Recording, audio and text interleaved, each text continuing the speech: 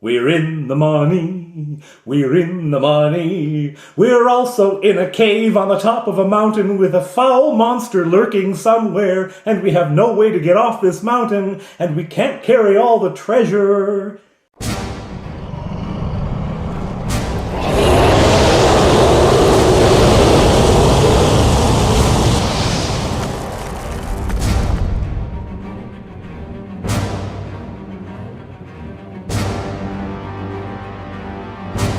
Hello everyone, I'm Father Aaron. Welcome to the Dungeon Minister! So, got yourself up on a mountain, got a lot of cash, and now you can't get home. Quite a pickle. I'd like to point out that the players never once considered their backpacks, for instance. They all have backpacks, and yes, there's some stuff in them, rations and oil flasks and whatnot, but they're not full. There's room for more in there. They each have some small or large sacks that they bought, just average sacks, normal, everyday sacks. They forget about those. They totally forgot about it. With the bag of holding has taken over, right, and that's what they use. They did bring, I have to admit, the horses' saddlebags, but partly, they were looking for a treasure that had been carried by one horse. You may remember, back in the Haunting Song story, the Song of the Bone Flute told about the dowry that the warrior had received from the young woman, and she'd given the dowry herself, rather than, the father's supposed to, in that system, is supposed to work out who gets the dowry, but she had it in her possession and gave it to him. So that's the treasure that they're looking for, and so it was carried by one horse. They should be able to handle it, right? The story doesn't mention. Maybe he had 18 bags of holding. I don't know. However, the treasure they found, yes, started as the dowry. That was the core of the treasure.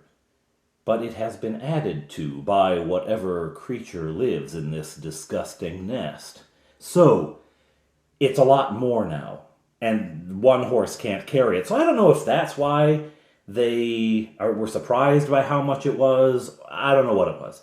But they're certainly surprised. And although they do have saddlebags on their horses are on the other side of the chasm. And here's the thing. They're on this mountain, trapped, essentially. There's no safe way off this mountain other than to go all the way down to the valley. And then they don't know if they can find their way out of that valley. And with the rations they have, they've got enough to make this journey with some extra. But if they go down into the valley and they start working their way through the maze of valleys and canyons, etc., they may not come out alive. So, this is a major concern for them. How are we going to get out of here? Both the bridge that they had crossed to get here and the other way out that was, made this a pass through the mountains, the other side of the pass, both of them have crumbled. One as they watched, the other at some point in the past.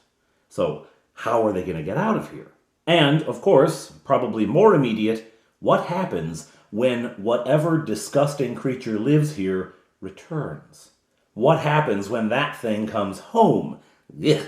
They want to get out of this place as soon as they can. They also start talking about the treasure. What if this is a dragon? Dragons know their treasure really well. If we take any with, and the dragon comes, we're not going to be able to hide from it. We're not going to be able... It's going to know something was taken. It'll come looking for us. They have read The Hobbit. So, what are we going to do? We can't take any treasure until we have defeated this thing or until we know we can get away. So they empty out the bag of holding. They empty it out, fine, we're just going to leave this here until we figured it out. Stash the bag of holding back in a backpack or whatever, and they're going to head out. Before they do, they decide they're going to search the nest. It's disgusting, it's foul, it's repulsive, it's composed of the bones and corpses of, well, it's hard to say at this point, but at any rate, this creature is either intelligent enough to save aside some items that it recognizes as special, or, probably more likely, there are things that were on the bodies of the beings that it slayed that are special but don't look like treasure. I'm talking magical items, right? So the creature has piled all the gold and silver and shiny stuff in the small cave, but there are things that are important and magical that are scattered among the bones. Ooh, what do they find? Well, after what has to be said is a disgusting search, a foul business, they do find a wand. They don't know what it does, so they tuck that away. They find a metal flask, some fluid in it. They uncork it and sniff it, and they can tell it's a potion of some kind, but they don't taste it. And I go with the old, if you take a little taste, you can identify the potion kind of routine, but they don't do that. They don't do it, so they don't know what the potion is. They also find a jar, not a screw top because those weren't invented yet, but a jar with a large cork stopper in it of an ointment of some kind, a sort of creamy ointment with a slightly blue tinge. Now, in my world, blue indicates healing. Healing potions are a light blue, and the ointments are a light blue. So this is an ointment of healing. It actually will do 2d6 of healing. So pretty good. And boy, do they need it. But they don't use it. They see it. Okay, great. Put that in the bag as well. And on they go. And by on here, I mean out. They exit the cave back to the crater. Now, it's still, by this point, mid-morning. So, they're out in the sunlight, the bright sunshine, and they look around, blinking, and wonder, how are we going to get off this mountain? I have provided a way. I don't trap people with no possible options. There is a way, and actually, the dice gave another, because the characters do briefly talk. Maybe we can go back and find that blink dog. Maybe we can capture the blink dog and force it to transport us over the gap. I would opt for making friends with it first instead of forcing it. Blink dogs are not to be messed with, and I don't know if they can transport other creatures. Maybe they can. I actually haven't looked it up because I didn't put that in. I rolled it in, right? So I hadn't planned it. I'd look it up, though, if they wanted to try that. But forcing it, I don't think you can force it to bring you with on a teleportation. So that's probably not going to work. But if they made friends with it, there's a potential. And then Fleetwood, my eldest, starts saying, I bet that other cave probably has a way down and out somehow. I hadn't planned that, but that's pretty cool. I kind of like that. Anyhow, they don't quite know what to do. They're sitting there hemming and hawing when they hear a flapping of large leathery wings. A dragon, they say. But the flapping sounds almost frantic. And then you also hear a clawing sound, a scraping sound, and then a bleating sound. What? A roar. Is that a dragon's roar, though? That sounds more like a... Oh, no. Oh, yes. Over the edge of the crater, mounting to the top, with ungainly flapping and scrabbling as it goes, comes the chimera. Chimera? Chimura? At any rate, a chimera mounts to the top and lands heavily on the ring of stone overlooking them and roars and bleats. Incidentally, this mini is thanks to my patrons. Thanks, guys. The creature glares down at them with 6 baleful eyes. Roll for initiative. Ooh, the chimera gets it. The rules state that if you want to randomly pick, there's a 50% chance that the dragon will breathe fire in any round. That the dragon can breathe fire 3 times a day like a normal dragon, although the hit point damage is done in dice rather than in how many hit points the creature has left, so it's not like a dragon in that way. But there's a 50% chance, just like fighting a dragon, if you want to randomize it. I don't. First attack, the dragon breathes. Fire comes shooting down into the crater and spreads out. 3 of the characters are within range. Now, is there a save versus Dragon Breath? No. No, because this isn't Dragon Breath. It doesn't do the same kind of damage. It's just a roll to hit, and oh boy, does it hit. All of them are taking damage. Now, who are the 3 and how much damage? At this point, Fleetwood is in the mid-teens, Bob Johnny in the low teens. So they're not doing so well. Fire has plenty of hit points. Touchberry is somewhere in the 20s, I don't recall exactly. So they're better off. Nobody going into this is in good shape. Well, the Chimera is. But none of the players are in good shape going into what is a major battle. Eek. So, who takes the damage? Well, it is Fleetwood and Touchberry and Fire. Bob Johnny was off into the corner, and we just placed the minis, and that's where he stuck his mini. That's where he was standing. So the Chimera goes for the clustered group and gets all of them. How much damage does it do? Ooh, well, okay. They each take 12 points of damage. Fleetwood is now in serious trouble. serious trouble. Touchberry takes his first round because he can't attack, because he doesn't have his bow out. He can't attack the creatures up on the ridge. He takes his first round to heal Fleetwood, thankfully rolling a 5 with a +1, 6 points back onto Fleetwood. He's a little less desperate, but still.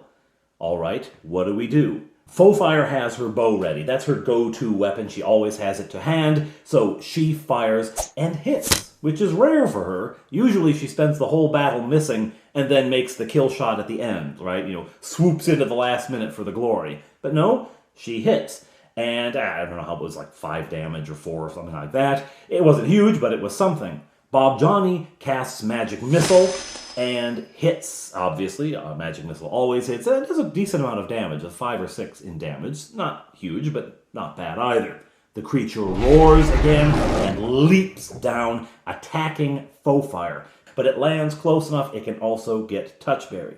The Chimera has 3 attacks per round if it's using its heads. If it's biting, butting, or breathing, depending on which head you're talking to, or it can use those powerful lion claws. But this is going to be a headbutt. It jumps down, and the lion and dragon both go for Fire, while the goat goes to butt Touchberry and hits. And Touchberry goes sprawling, because it's a big creature hitting him. I can't remember how much damage it was. It wasn't, massive, but it was enough damage. The lion bite misses, but the dragon catches Fire, and the damage is again, I don't remember the exact numbers here, but it was significant. It was significant. Fleetwood's immediate reaction is to cast Web, and casts Web onto the left flank of the creature, enmeshing one of its wings and the goat's head. Those are out of commission for a while. Now, the Chimera is big enough that within 2 rounds it can break out, and it still has 2 heads free, and the lion's claws are still free. It's a big critter, so a 10-foot web isn't covering a whole lot of it, especially with that wing acting as somewhat of a shield. So the wing is really ensnared in webs, but it keeps the rest of the body relatively free. Touchberry thrusts up from his position, prone on the ground, thrusts up and makes connection with the creature. I can't remember the amount of damage he does, but it's significant. Fire decides to take her turn simply to move. She is quite aware that there's a drop-off in this on this crater. The crater is surrounded on most sides, but one side is open, and there's a ledge that comes up, but beyond that is a fall. And she's quite aware that she doesn't want to end up tumbling down the side of the mountain, so she uses her turn to move further into the crater. Bob Johnny, meanwhile, hoists his great axe and swings. He does not utter Brosingus because he doesn't want to burn the web up, and he misses anyway. He rolls something kind of sad and misses. So he misses back to the Chimera. Now, what's it going to do? It rears back and pounces at Touchberry, who's just getting up after having made his attack, just trying to get back to his feet. Boom! The thing is on him with 2 claw attacks. Boom, boom. One gets through armor and does some damage, and it's pretty significant damage. and the other doesn't, but the lion head also bites. Phew! Touchberry was able to wriggle his head out of the way and not get his head literally bitten off. Meanwhile, the thing is tearing out of the web with its great wing, and the goat head is getting out of it because it takes 2 turns to do it. This is its second turn. So as its second turn here finishes up, the thing is free now. This brings us back to the character's turn, however, and they attack. Faux-Fire, having maneuvered herself around, is staying with the bow. It's not long range or anything, but she's sticking with the bow because she has a notion this thing has wings, it may start to fly, and she doesn't want a repeat of what happened with the Dark Wings, where people couldn't, hit the thing with their swords because it was above them. So she sticks with the bow. Her shot, however, goes back to typical Faux-Fire and misses. Fleetwood lunges in with sword this time to the attack, and he does some damage, I believe. He's actually getting pretty lucky with the dice here, as does this time Bob Johnny. He hits and does a decent amount of damage, this time uttering Brosingus, flaming axe coming in, doing a little extra. Touchberry slashes but misses.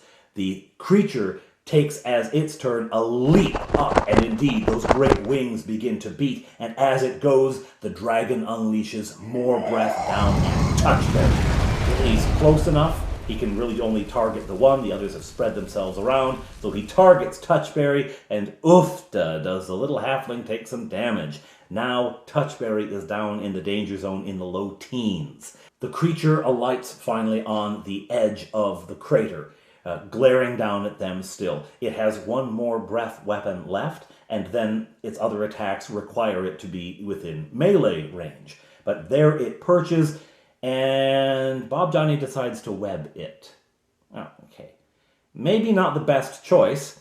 He webs it and succeeds in grabbing onto its legs and its lower body and bits of its wings, and to the ledge on which it's perched. And so now it's struggling again with another web, but it's out of sword range. They can't hit it with axe or sword. The only one who can now effectively hit it is Faux-Fire. And she does, actually. She fires a shot and hits. She's going to have another round. The next turn, she doesn't attack. She uses her next turn to climb up onto this ledge, because she's pretty sure the thing's going to jump down again, and she wants to be in a good place to be able to hit it. So she climbs up there, positions herself, and, indeed, the creature breaks free from the web and leaps down again to attack, this time landing on Bob Johnny. Pounce both claws.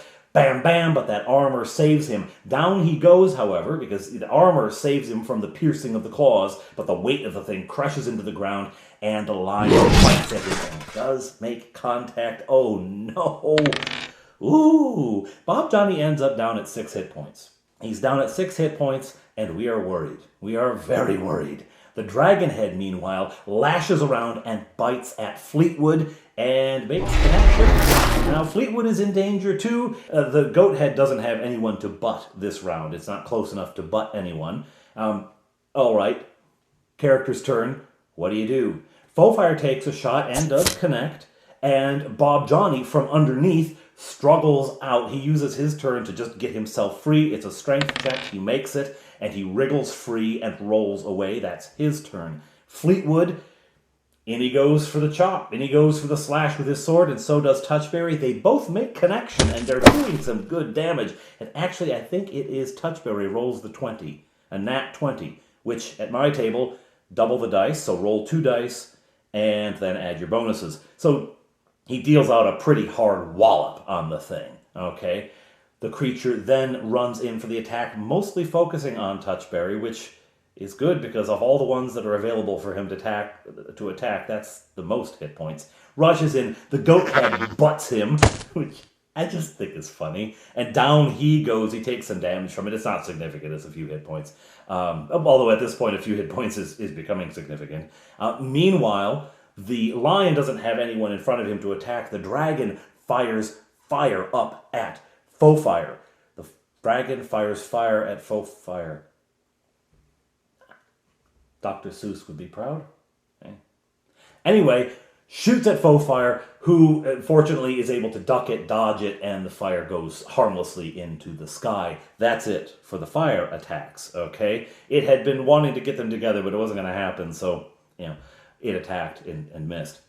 They all pile on, and at this point it starts to become pretty clear the thing is getting down, and now surrounded on three sides. It can't take it. It's another couple rounds of combat, I think. There's some missing on both sides, but eventually the thing goes down. Whew.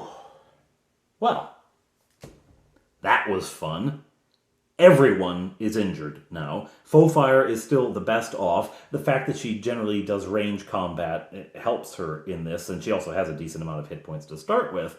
And she hadn't been as injured at the bridge because apparently fear, being paralyzed with fear, helps. We get afraid, we don't go into combat, we don't get hurt. Anyway, so she's doing the best of anyone, but everyone is in pretty serious shape. And they're still on the top of the mountain. So now they know what it was that has this disgusting lair. A chimera is an awful creature. It has the hunting instincts of the lion, it has the irascibility and the orneriness of the goat, and it has the cunning of the dragon and the treasure hoarding instinct of the dragon, which is why all of the death and the destruction, and also all the treasure. Okay, so foul creature defeated. Barely. Nobody's doing well. At this point, if they meet the Darkwings again, it's not gonna be good. It's not gonna be good at all. And they still don't know how to get down off this mountain. They decide they're just going to rest here. They're not going anywhere. They're not going down the mountain yet because they don't know what they might meet. They figure that the lair of the Chimera probably won't be somewhere that other creatures are coming. There's not going to be a lot of other traffic up here because, why would you come up to a place where a beast this awful lives? So they figure they're probably safe from other creatures, as long as the Chimera doesn't have a mate. It doesn't. That would just be cruel. No, it doesn't. So they rest there for most of that day. Later on in the day, as they just hang out there resting, they look down. And although it is very, very far away, they could just make out, the elves can, the human and the halfling can't see this, but the elves can see at the broken end of the bridge where they first crossed over, there are figures down there.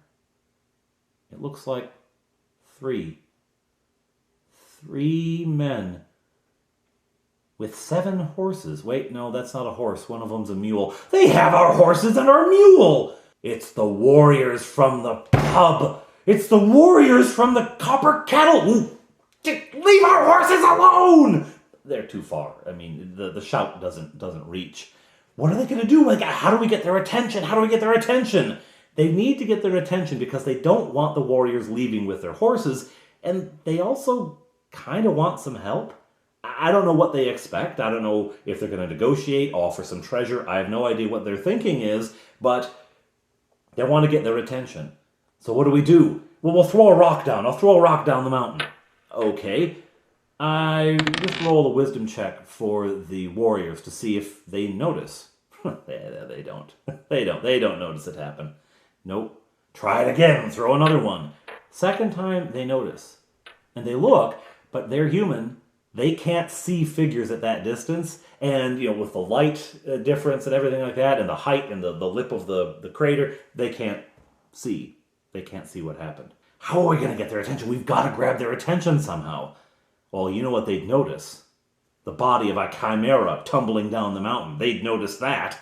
They begin to heave the thing toward the edge. Now, I would have thought, chop the head off, take that home as a trophy, right? All 3 heads, for that matter. Take the tail, take something.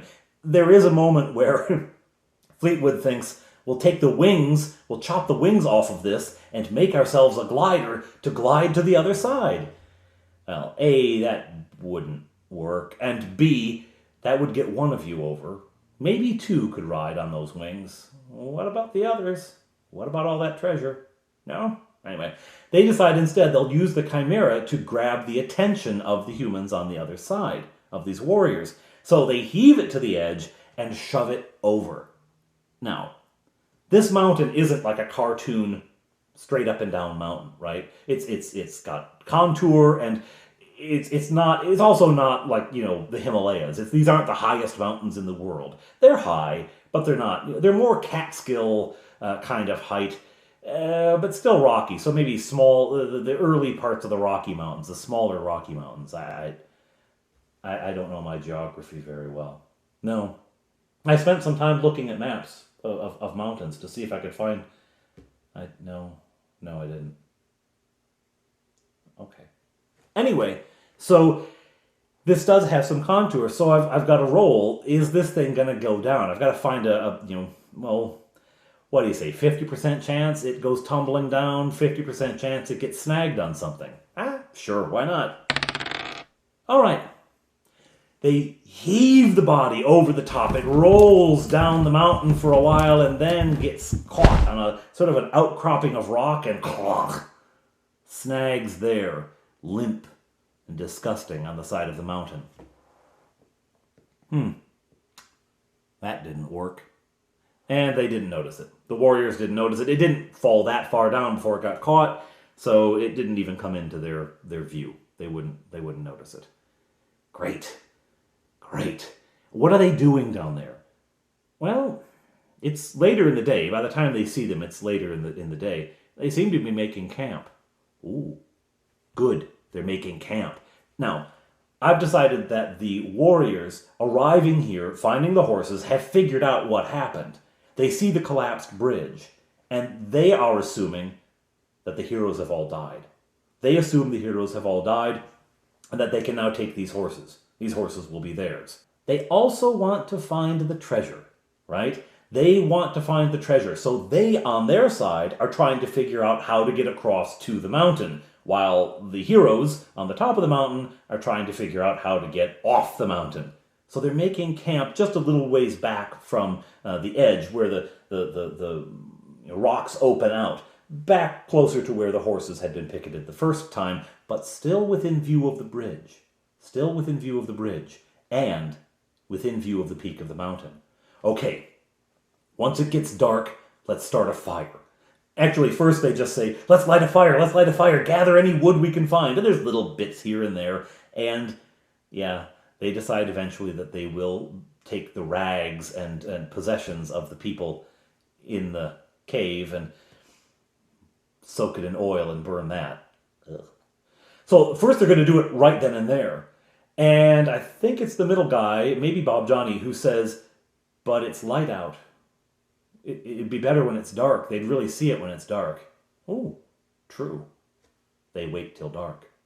After the light fails, the sun has gone down, they pile up all the disgusting rags and whatnot, soak it with a flask of oil, and set it alight. Do they notice? How would you know? It's too dark to see. Your infravision certainly doesn't go that distance. You can see their fire. They must be able to see yours. So, you'll have to wait till morning to find out, did they notice you?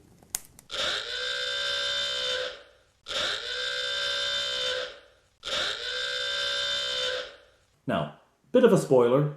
If you don't want spoilers, stop the video now. This isn't a huge spoiler, though.